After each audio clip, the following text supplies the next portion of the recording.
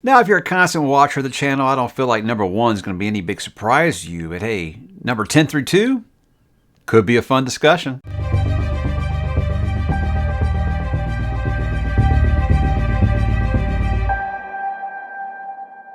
Hey, what's up, bookworms? Mike back today to do another top 10. Guys, this is one that has been requested quite a bit since I started the channel 5 years ago, talking about my top science fiction novels of all time. It's been I'm kind of put off for a while because I know I haven't read as much science fiction as some other booktubers out there, but it's just one that I am a man of the people. I always make what I am asked to make, and that has been one that people have requested quite a bit.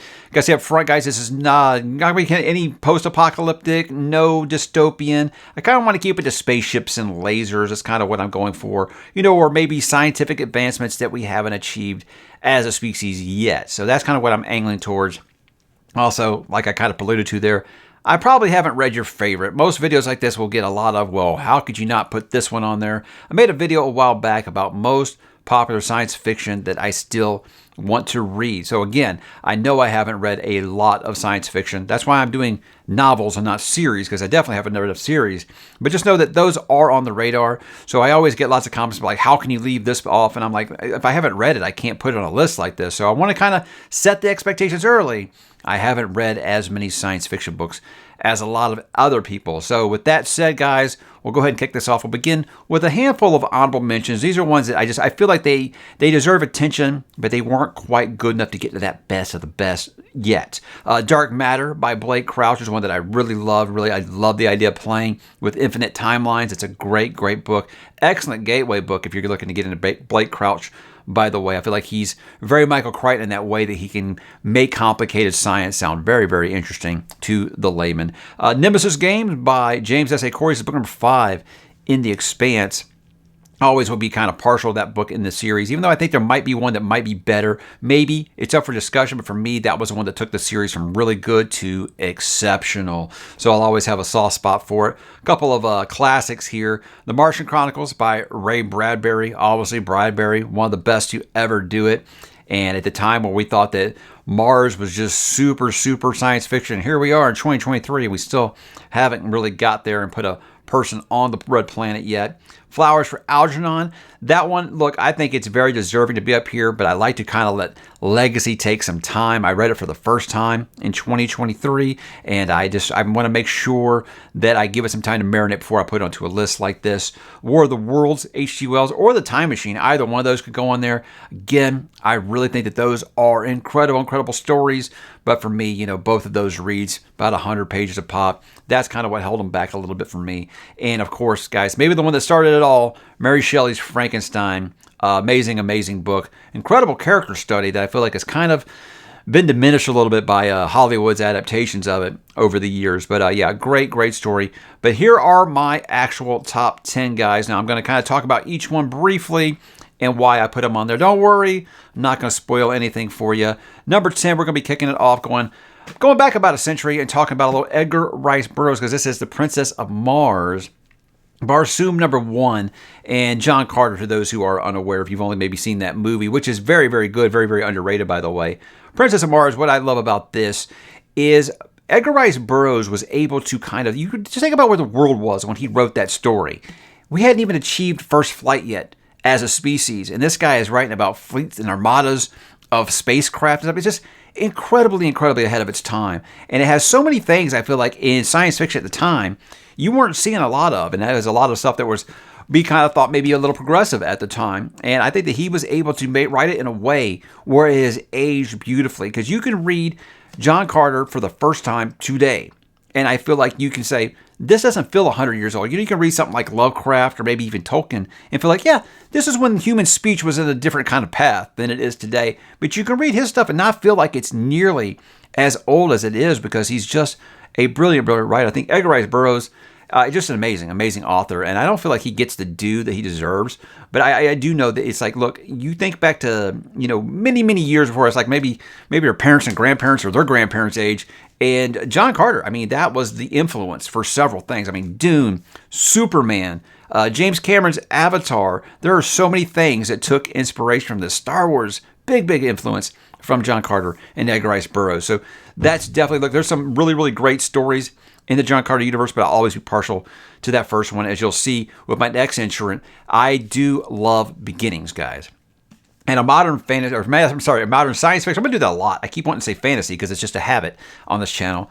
One of the most modern science fiction series I've really gotten into and gotten a lot of people. And it's starting to snowball effect. It's really taken off now. That's the Sun Eater Saga by Christopher Ruocchio. And for me, it's one of those where people say, hey, the series gets better as it goes along. And I'm not going to argue with that. I can definitely get on board with that argument. But for me, Empire of Silence, I like to lean towards the books that made me fall in love with the universe. Sometimes that's a book 1 because I do love beginnings. Sometimes a 2, maybe sometimes a 3.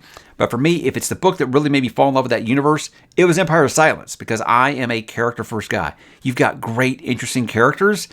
That's all it really takes for me to get interested in your story. And Hadrian Marlowe's story right away hooked me. And then, of course, how beautiful of a writer Christopher Ruocchio is. I made the Bradbury comparison in that original View several years ago. And Christopher actually contacted me and said, thank you so much. That is incredibly, just a wonderful thing to hear as an author.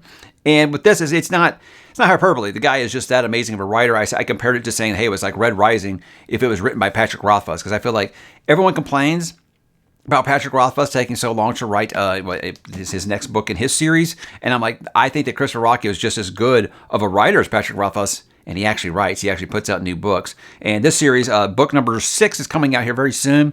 He's writing book number 7 right now. So the series is about to complete. It's about to be done. So if you're one of those who's afraid to start a series because, I got to wait for it to be finished, well, it's almost there. And these are big boys. But again, like I said, this series is really taking off recently, and I'm really excited for that because I have said I feel like Sun Eater is a series that should be a household. Christopher Ruocchio should be a household name in the sci-fi community, and it seems like he's finally getting his due. So I'm glad more people are picking that up. But for me, Empire of Silence will always be special because it was my first introduction to that world. Again, sticking with the book 1 theme here, guys. Number 8, I have Heir of the Empire by Timothy Zahn. The reason I'm going with this is I don't feel like this is the best Star Wars expanded universe book out there. I really don't. But it was the one that proved to me that the world could be viable off of the screen. This was the first one that came out where they said, this is official canon. This is Star Wars history approved by George Lucas. And Timothy Zahn just gets what makes Star Wars work. This one, yeah, there might be a couple of little nods, wink, about, hey, remember that thing you liked from those original movies? Yeah, they do that a little bit. But for its most part, he did the impossible. He had to follow up Darth Vader with a new villain and try to find a way to make that villain as intimidating. And he could have just done a straight-up clone of Darth Vader. But he created something so incredibly intricate and original in Grand Admiral Thrawn, a guy who was just always just one step ahead of you, using his mind instead of just brute force. And that was just such a neat twist. This guy's following art and politics to study his enemies. It just made him a master tactician. And it's so good. So Heir of the Empire, like I said, it made it viable. This could be a universe off the screen and on the page, and it could be really good. And it was the beginning of something huge. It really was. It was an amazing ride through the extended universe for years. And I loved it. But I always fall back to the Thrawn trilogy as a whole. But you're making me pick one. I'm going to pick Heir of the Empire just because it was just an awesome introduction to Grand Admiral Thrawn. Moving away from the spaceships and the lasers for a second, being something maybe a little more modern. It's something that feels like it's more realistic now, but when it came out, it felt very futuristic. And it's the book that made me discover my second favorite author of all time, guys, and this is Jurassic Park by Michael Crichton. This is one that everybody was like, oh, well, that's the most cliche pick ever. Look, this book is cliche for a reason. It's just that good. There's a reason that Steven Spielberg and James Cameron were fighting for the movie rights to adapt this story because it's just so killer. And it's that rare case, kind of like The Shining by Stephen King, where both the movie and the book have huge differences and they're both just phenomenal. This, guys, he is just one of those authors who will always make you think, yeah, that is possible. It's right around the corner. That's something that we could probably do. But he asked the moral question of, should we be doing it? Should we be playing God? And I thought this one, he found a way to do this character in this book that he always finds a way to write himself in the book. Michael Crichton always has a smart scientist guy that you can tell is just him writing himself in the book. And it's Stephen King does that as well. But just with Crichton, it was always it was based on his research. I love that he always put his works cited at the end of it. It's just so charming. They always put that at the end, like he was filling out a report or something like that. But with what he does with this, with Ian Malcolm, is he's a way for him to kind of preach a little bit, but it doesn't feel so ham-fisted or makes you feel like a bad person or the world's falling apart and it's your fault. He found a way to kind of get some of his opinions out there without it being way, way too preachy, which he might have actually kind of fell into a little later in his career. But with Jurassic Park, I felt like he was able to do that in a way to get the point across of like, hey, we shouldn't be messing with this. The world's older than us. It was here long before people. It's going to be here long after people. We should just kind of know our role in the universe, and that is by not trying to play God here. And I think it's a really great message, and it's a book that I feel like has everything you're looking for. It's got the action, it's got the suspense. The book has a lot more horror in it than people who have only watched the movie would expect, where that was very much a family movie. This has got some scary stuff in it. Obviously, you got these beasts who can hunt down and kill humans, just for the pure pleasure of it.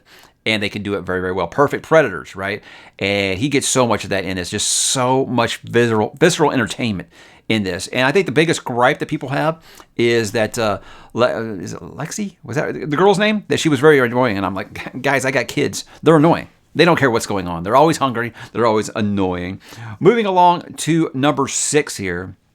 Sometimes a problem I have with science fiction is it feels like it's just got to be so damn serious. Everything is so serious. Everything's about how we're screwing up the world. This is why everything is going to hell in a handbasket. Sometimes you just need a good chuckle. What better defines that, guys, than Douglas Adams with Hitchhiker's Guide to the Galaxy? This is probably one of the earliest science fiction books I ever read in my life. You know, I was very, very young when I read this the first time, and it just made me laugh so hard. We used to watch Benny Hill when I was younger, and Monty Python. That's very much what it made me feel like I was reading when I read this for the first time. But what Douglas Adams does that's just so damn brilliant in these books is he can make every paragraph end in a joke, and they land every single time. The guy was a comic genius. You feel very much connected to these characters. You care about what's happening. And, at times there are stakes. It's fun and it's hilarious, but there are stakes. There are consequences for the actions. And that's very, very hard line to walk. But I feel like Douglas Adams is just the gold standard for being able to do that. Just an amazing, amazing book. It's one of those where I feel like when you're reading this, you got to have a cup of water next to you because you're going to be laughing the whole time. You're going to need to quench the thirst because it's just such a damn entertaining book and amusing and so many things. I still all the time tell people don't panic. I say so long and thanks for all the fish. There's so many things about this series that I just do adore. And I've talked about those at length on the channel a few times. But yeah, again, every once in a while it's nice to, hey, look, yeah, sure, there's things that we need to be having like a responsibility about. But sometimes science fiction should just be fun. And I feel like that definitely does fit the bill. But getting back to the serious science fiction, an author that I never really was interested in, I don't think, until a couple years ago was Arthur C. Clarke. And then everybody thought for sure, well, you're going to start with 2001 because that's the most popular one, right? I decided to go with Childhood's End. And this book, guys, blew me away. I think since I started this channel, there's not another book I've read that has kind of just stayed in my head longer. Because this book really does those things that a lot of science fiction had done at the time, whereas like, why can't we do this, and why can't we have a utopian society? And it was one of those where it said, okay, look, here's what's going to happen. We have a utopian society. What are the bad things that could happen from it? Are we going to lose our individuality? Would the species just stop trying to, innovate, to get better, to overcome, just lose our adversity, just learn how to create, learn how to just be original and to keep striving for more. And I love that message. I love that message. I thought it was incredible because so many of these, it either is a utopian society like a Star Trek, or it's one of those like gloom and doom, we're all going to kill each other, and it's just, the doomsday clock's just always going to be right there a minute to midnight, and this doom and gloom. That's what it was during that time period because everything was about either the Red Scare or the bomb, the dropping the bomb. That's what everything was about, and this kind of took a different approach, and that's, I think I loved it so much, but this is one of those, guys, even today, this has so many things that are just going to be like, that's very, very poignant. That's very, very profound. I can't stop thinking about it, and I haven't. I read this in 2021. I haven't stopped thinking about it since. So incredible, incredible book. And I would recommend this to everybody, no matter what your age, beliefs, gender, religion, whatever. You say, I don't really like sci-fi, it doesn't matter. This is an incredible story. And it's easily one of the best science fiction stories I've ever read in my life. It's so good. And it would be higher if it wasn't for some of these others that have just kind of clicked with me just a bit more. But like I said, if you want one that gives you the most to think about when you're done, Childhood's End. is definitely the most thought-provoking book that I have read maybe ever. It's up there, guys. It really, really is. Number 4, you guys, if you've watched the channel a lot, I think you know I do love Some Red Rising, and my favorite book in that series is Golden Sun, because this is the one that took it from, well, it wasn't really what I wanted, to holy hell, that's exactly what I wanted. So I think when I went into this series, I said, I was kind of hoping for a little more Ender's Game and less Hunger Games. That's kind of how I felt about it. And that first book kind of left me a little wanting. And I think it was one of those where it's like, I went to it on a reread recently, and I said, okay, it's a little different this time because I went in with different expectations. But Golden Sun was exactly what I was looking for. Like the first 15 pages of this book are like, okay, the game done changed, and it's like night and day difference between book 1 and 2. And that's why I always tell everybody, if you read book 1 and you don't really feel it, give it book 2, and trust me, you're going to find what you're looking for most likely. Now, if you read book 2 and you don't think it's a banger, yeah, it's probably not the series for you.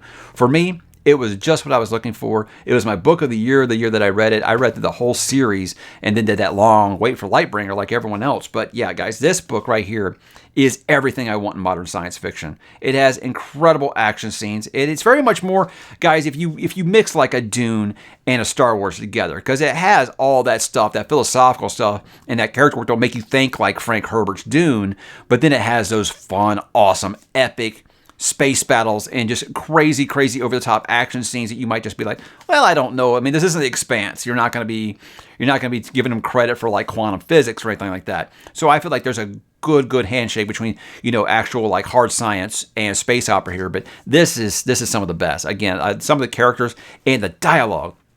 Pierce Brown's dialogue from that first book to the first book, where it really just felt like, okay, this author very clearly likes Cicero, and he just likes to talk about that kind of stuff, and Plutarch.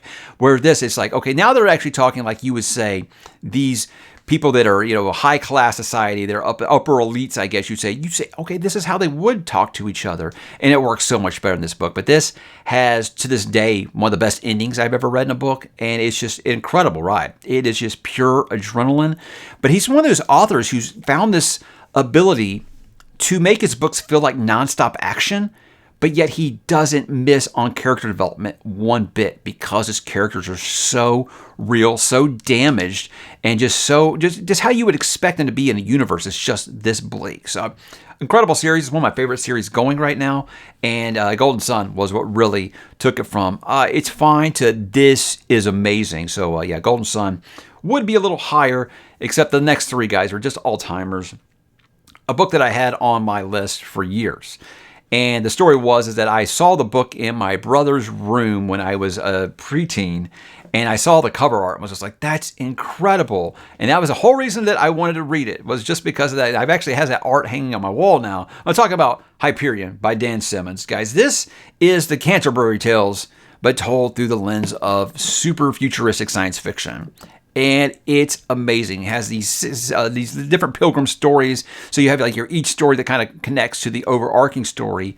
And I feel like it's got a little bit of something for everyone. You want the super hard military sci-fi. It's got that. You want like the character story. You want like the father and child story. You got those things. You got everything that you want. You got in here. You got a little bit of time, playing around with time dilation. So everything that you could possibly want in a science fiction book, I feel like it is in this story. And it's just amazing. I think the first one, I read The Priest's Tale in this, and I was like, this is so far out there. This is incredible, batshit crazy sci-fi. That's how I like my science fiction. Like an episode of Farscape or something. It's just absolutely out there and crazy, and I love it so much.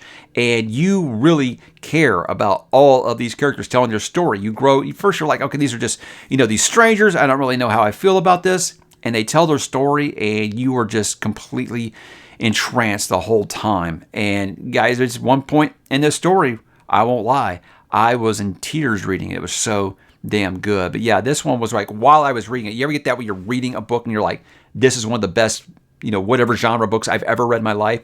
I knew that this was going to be in my contention for, top 2, 3 science fiction books of all time while I was reading it. And I only feel like the arrow is pointing up on it, because I feel like just reflecting upon it, I'm like, this is just an incredible, incredible book, an incredible achievement, and everyone should read. I think everyone, that's very good gateway sci-fi. I think if you're looking to get into science fiction for the first time, I definitely think that would be a great one to start with. In fact, the question I get the most often about science fiction is, hey, I've never read a science fiction book. Where should I start? Well, I think of one that they really talked about when I was in business school, and it's one that's still very, very influential in like the U.S. military today, and of course they still talk about business school. This is Ender's Game, guys.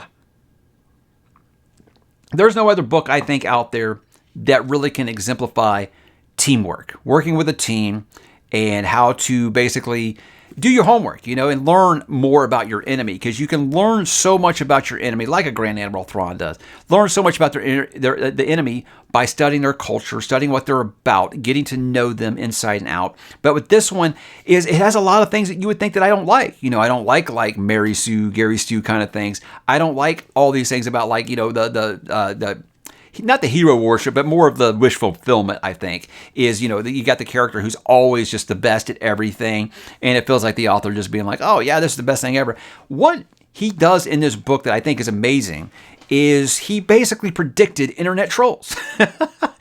Seeing what influence you can have over the internet, with just like message board posting, just shit posting and things. He actually predicted that stuff in the way that you never thought it could be that influential. That was always something. I remember the early criticisms of this book saying that that's just unrealistic. It's like, well, here we are, and seeing just how influential social media has become especially in the American landscape. I have to go with that, guys, because I only been in America. But on a global scale, I feel like social media has huge influences. So that's one that I always would say I'll give him some credit for that. He saw that coming a mile away. Sometimes you get lucky on these things. Who knows? But again, you want a book that is about teamwork, that's about working as a team, overcoming incredible odds, and getting to a higher goal, and just working hard, busting ass to get to where you've got to get to, because these kids are thrust into a lifestyle that they basically had to abandon their childhood. They got no childhood because the world needs you on a higher stage. You're too important. And yeah, we've got to just basically sacrifice your childhood for the greater good of the species. And it just has so many deep themes. But again, to me, this is one I could not put down when I read it. It was one of those that for the longest time, guys, I wouldn't read this book because all the time I saw it basically ranked above Dune when it came to best science fiction ever. And I was like, I can't do that.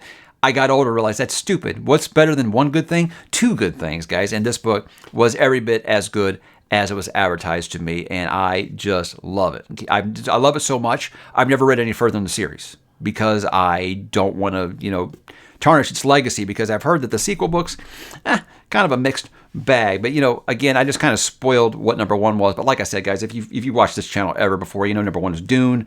This is my favorite book of all time, not just my favorite science fiction book of all time. And I've got several videos on the channel, guys, explaining that. But briefly, I was a very, very confused and timid and shy 15-year-old boy living in a brand new city. I moved here because there was a death in the family. My mom wanted to be closer to family. Moved out here, didn't know anybody. Right at 15 years old, I read Dune, and the protagonist is the same age as me, struggling with kind of some of the same issues that I was. And just as soon as I read Fear is the Mind Killer, that just so much resonated with me. I must not fear.